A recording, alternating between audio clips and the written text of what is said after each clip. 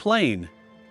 The film opens with Chief Brodie Torrance, Gerard's steward, in Singapore, calling his girl Daniella, Hayley hecking, as he means to get back in Honolulu to invest energy with her for the occasion. Brodie, a previous RAF pilot, is flying Pioneer Carrier's Flight 119, and he shows up to meet his co-pilot, Samuel Deli, Yosonen, who illuminates Brodie that they will fly through a tempest.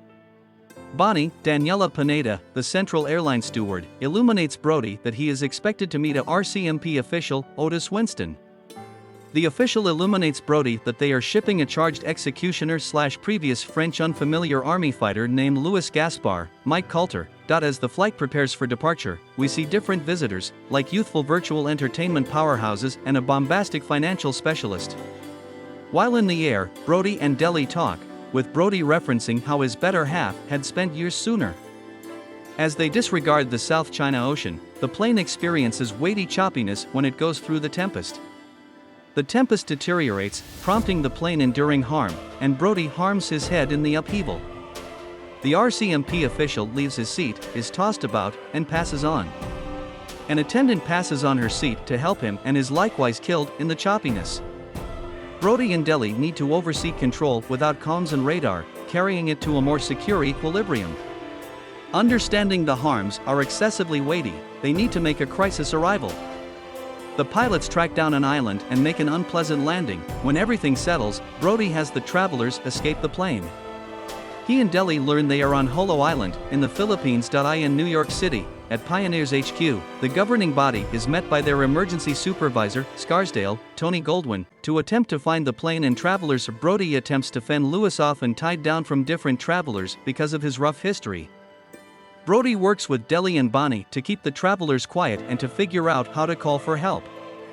Deli tells Brodie that Holo is worked by rough separatists, meaning they risk seriously endangering everybody the more they are there. The dissidents, drove by Datu Junmar, Evan Dane Taylor, find out about the plane's accident arrival and desire to acquire from the travelers.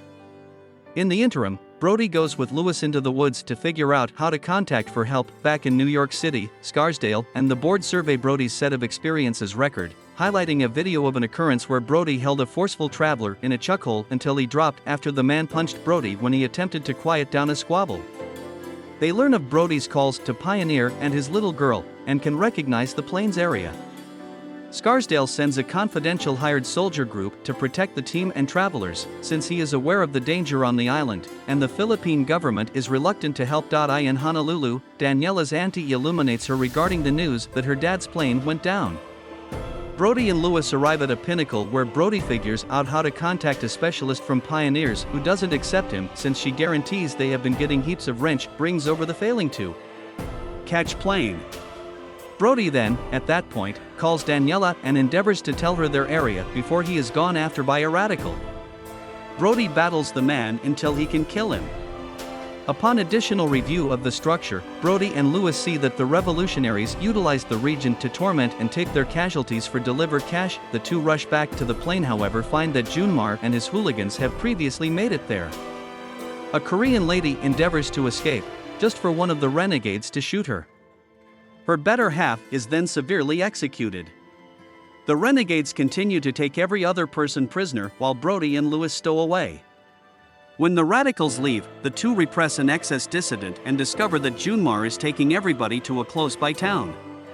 Brodie and Louis resolve to follow and save everybody. As the two head out to the town, Junmar begins constraining the prisoners to express their names and home nations for their payoff video. The hired soldier group, drove by a man named Shellback, Remi Adeleke, shows up on the island. However, they find no one close to the plane, just the collections of the RCMP official and the attendant, alongside a message from Brodie. Brodie and Louis come to the town and kill a few additional renegades, prior to finding and liberating the prisoners. Everybody gets boarded onto a transport while Brodie offers himself to the radicals, expecting to allow the travelers an opportunity to get away. Junmar and his men beat him and get ready to execute him, yet the hired soldier group shows up and starts shooting at the agitators. With Louis's and the hired fighters' assistance, Brodie and the travelers escape.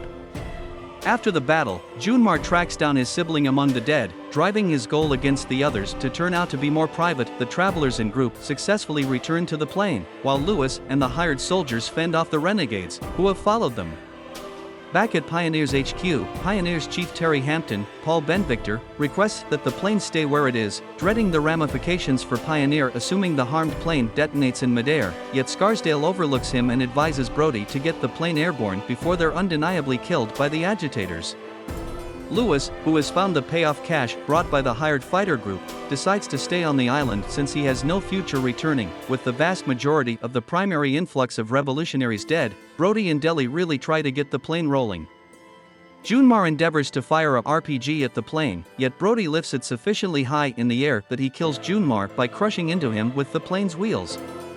The plane is gravely harmed, yet they head towards a close-by island, Siasi, with an airstrip. With only one motor left, and restricted control, Brodie, with Delhi's help, can land securely. Everybody at HQ cheers. After everybody is securely deboard, Brodie plunks down on the means of the plane and calls Daniella to tell her he is protected and returning home.